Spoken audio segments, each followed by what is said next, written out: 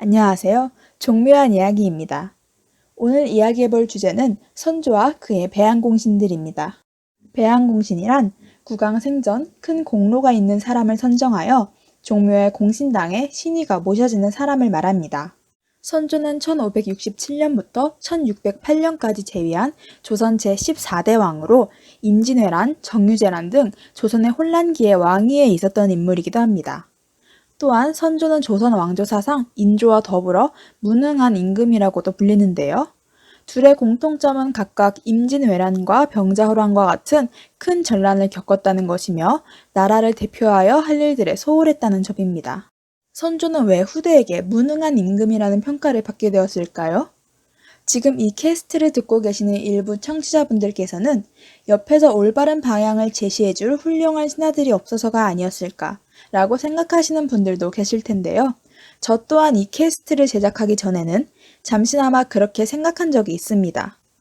조선은 한 명의 왕과 많은 신하들이 있었을 텐데 선조가 전쟁 당시 나라와 백성을 버리다시피 했다는 것을 보면 아무도 그것이 옳지 않다는 것을 말해주지 않았을 것 같기 때문이었죠.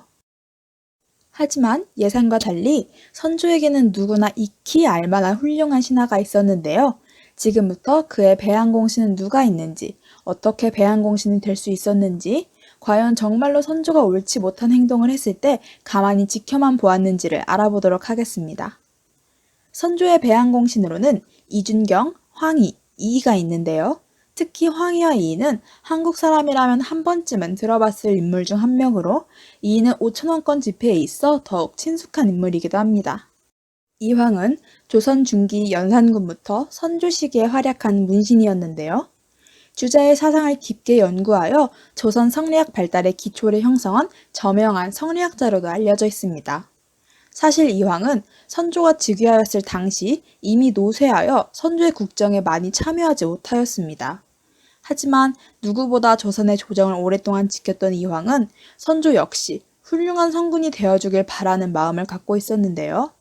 이황의 잘 알려진 저서이기도 한 성학십도 역시 17세의 어린 나이로 왕위에 오른 선조에게 68세의 이황이 바로 즉위 원년에 올렸던 상소였음을 감안하면 선조로 하여금 성왕이 되게 하여 온 백성들에게 선정을 베풀도록 간절히 바라는 우국 충정에서 저술된 것이라고 볼 수 있습니다. 이준경은 조선 중기, 중종, 명종, 선조 시기에 활약한 문신으로 우의정, 좌의정, 영의정을 모두 지낸 인물입니다.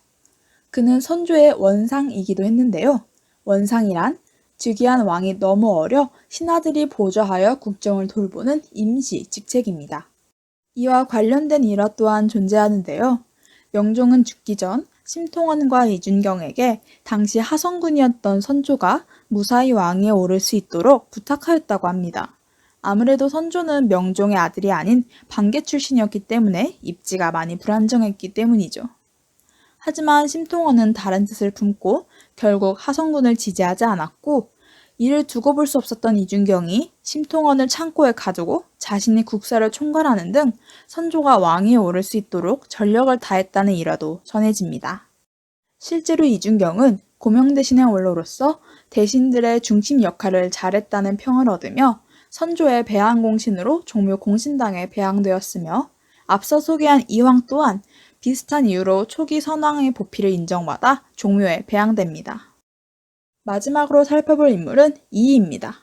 이이는 선조의 즉위 초에만 관여했던 앞선 두 인물과는 다르게 조금 더 직접적으로 오랜 기간 선조의 국정에 영향을 미친 인물인데요. 이이는 명종과 선조 시기에 활약한 인물이며 여러 서적을 통해 조선 사회제도 개혁을 주장했던 인물이기도 합니다. 이이는 평소에도 특정 대상과 일을 판단함에 있어 사심이 없었다고 하는데요. 선조 또한 이런 이이의 올곧음을 마음에 들어하며 때때로 그에게 자문을 구하기도 하였습니다. 이이의 올곧음과 판단력은 임진왜란 전에도 발휘되었는데요. 유명한 신만 양병설이죠. 이이는 임진왜란 10년 전이었던 1582년 신만의 군사를 길러 일본의 침입에 대비하여야 한다고 주장하였습니다. 하지만 유성룡은 군사를 양성하는 것은 화단을 키우는 것이다라고 매우 강력히 변론하였으며 이에 이이는 유성룡은 재주와 기계가 참으로 특출하지만 우리와 더불어 일을 함께 하려고 하지 않으니 우리들이 죽은 뒤에야 반드시 그의 재주를 펼 수 있을 것이다 라며 탄식하였습니다. 결국 조선은 어쩌면 앞선 200년과 그 이후의 평화를 지킬 수 있는 기회를 놓쳐버린 것이죠. 오늘 선조와 그의 배양공신이었던 이황, 이준영, 이이에 대해 알아보았는데요. 어떠셨나요? 그 어느 왕보다 명성이 자자한 신하들이 많았음에도 불구하고 결국은 백성과 나라를 버리고 명나라로 도피할 생각을 한 선조. 개인적으로 주위에 아무리 훌륭한 인물이 많아도 결국 무언가를 결정하고 실행하는 데에는 자신의 판단과 활용 능력이 좌우됨을 깨닫게 해주었던 것 같습니다. 저희 종묘한 이야기는 다음에 더욱 알찬 내용으로 돌아오겠습니다. 지금까지 종묘를 들려주는 종묘한 이야기였습니다.